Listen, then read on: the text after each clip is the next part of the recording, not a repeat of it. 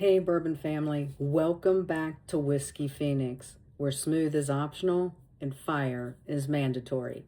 We are continuing on with my top 10 bourbons of 2025.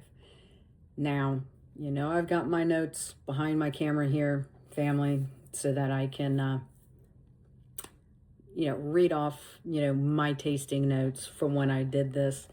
And depending on how long you've been with me on this journey so far, may not come as a surprise for some of you. Some of you may be like, oh, I can't even believe that made it to number 9 on your top 10 bourbons. But what I have today for number 9 of my top 10 2025 bourbons is Penelope's Architect Creme Brulee. When this came out and I heard it was coming out, I was super excited about it. I mean, it's a straight bourbon whiskey finished in French oak staves. I was really worried because I've missed most of Penelope's drops this year. And a lot of it just had to do with the fact that, unfortunately, a lot of it was dropping back when I did have a job. And then, they make their drops and I don't have a job, so I can't, go and pick them up then either. But I was very lucky to get my hands on this one.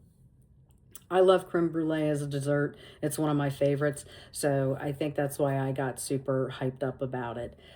So for me, on the nose, I got right away, I was hit with caramel, brown sugar. It was sweet on the nose. There was some vanilla custard and a slight hint of oak.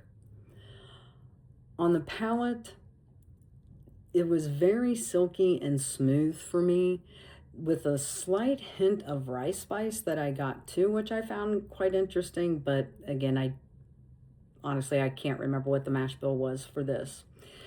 That vanilla custard on the nose gave way to a vanilla creaminess on the palate, with a slight like brown sugar, burnt sugar, and cinnamon. Like the burnt sugar that they put on top of a creme brulee anyway. As I was going along with this, I was worried I was going to be extremely disappointed because it's like, again, I love a good creme brulee. And from the nose to the palate, I didn't really pick up on the actual creme brulee, so to speak.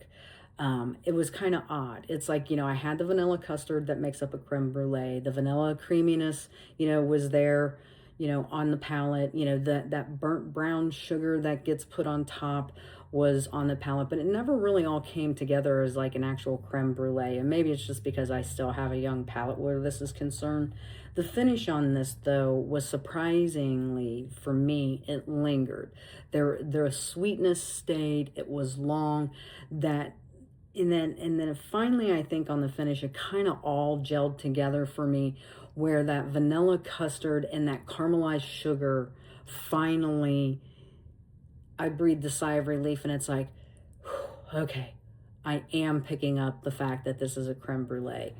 Overall, I thought this was an absolute fantastic bottle from Penelope. I think they are doing great things over at Penelope.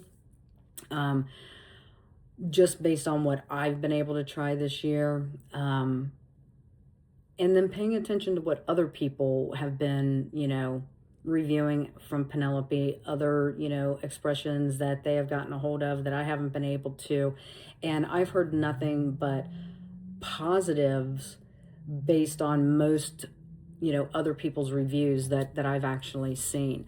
So, I have to say Penelope, from everything I can gather from the bourbon community, fam, they have really hit it out of the ballpark this year. Comes in at 110 proof, which it really didn't drink like it was over 100 proof. Like I said, just that, the sweetness and the smooth silkiness that went along with it. If I didn't look at the bottle to see what the proof point was, I would have probably guessed it was in like a 90 proof range or something to that effect. But there you have it, Bourbon fam. Penelope Architect Creme Brulee coming in at number 9 on my very first top 10 countdown. Have you had the Penelope Creme Brulee? If you have, drop in the comments and let me know what you think about it. Again, I really enjoyed it. That's why it made my top 10 for 2025.